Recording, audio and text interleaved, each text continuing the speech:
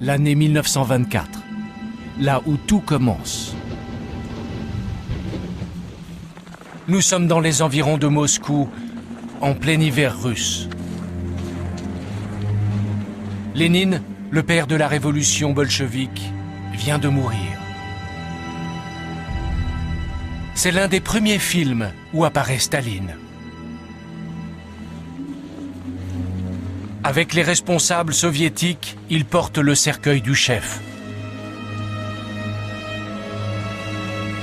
Staline a 46 ans. Il est secrétaire général du Parti communiste, un poste relativement effacé.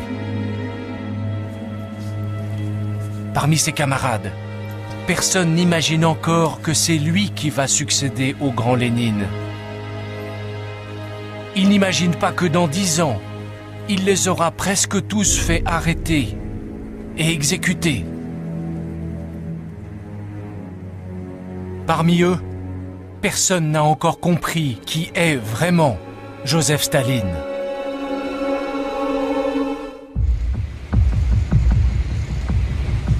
Pour ses camarades, c'est un personnage insignifiant. L'un d'entre eux déclare: Staline est la plus éminente médiocrité de notre parti. Un autre confirme: Nous ne craignons pas Staline. Aussitôt qu'il voudra prendre de grands airs, nous l'éliminerons. Depuis toujours, Staline cache son jeu.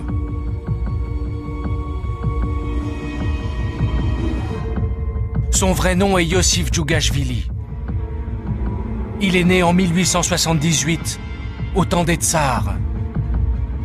Un régime monarchique fondé sur l'inégalité et la soumission au souverain.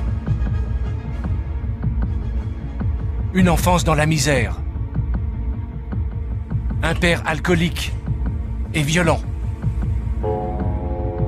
Éduqué par les moines orthodoxes, il a basculé très tôt dans la lutte contre le tsar et a pris le nom de Staline, l'homme d'acier.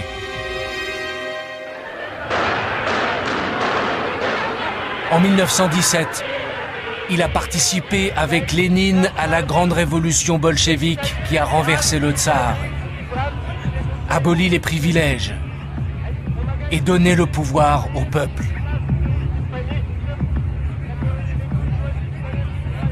Dans l'ombre de Lénine, il n'attend qu'une occasion pour prendre le pouvoir. La mort de Lénine est cette occasion.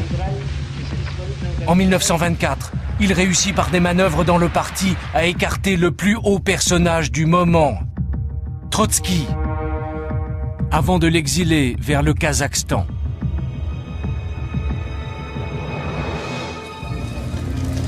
Personne ne l'a vu venir. Mais Staline, en quelques semaines, s'est emparé du pouvoir. Il ne le quittera plus. Il choisit de s'installer ici, dans la citadelle du Kremlin, l'ancien palais des tsars. C'est d'ici qu'il va diriger l'URSS, l'Union des républiques socialistes soviétiques, le plus grand pays de la planète. Avec quelques fidèles qui vont le suivre aveuglément pendant près de 30 ans. Il veut aller plus loin, beaucoup plus loin que Lénine. Il veut changer le cours de l'histoire et sa détermination est totale. Nous, les bolcheviks, nous sommes d'une race spéciale. L'élément personnel ne vaut pas un clou. N'en doutez pas, camarades.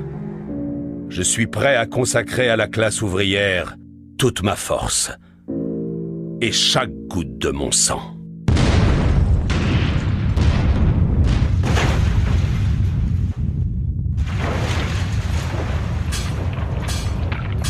Staline veut faire table rase du passé.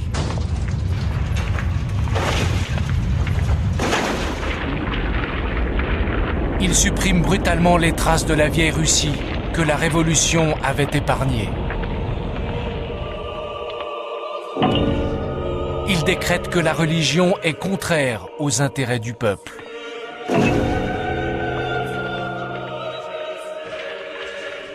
Dans tout le pays, il fait décrocher les vieilles icônes orthodoxes avant de les détruire.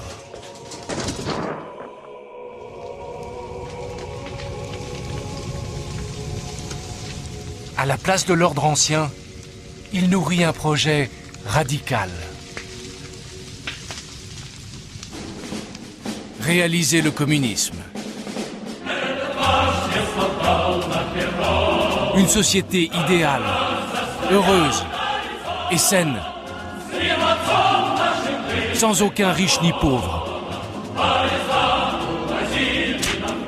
Un monde où tout est mis en commun. Où chacun a les mêmes chances à la naissance, où la santé et l'éducation sont accessibles à tous. Pour l'Union soviétique, il éprouve une ambition sans bornes. La vieille Russie a toujours été battue à cause de son retard. Ralentir le rythme signifie être à la traîne. Et les traînards seront battus. Nous, en Union soviétique, nous ne voulons plus être battus.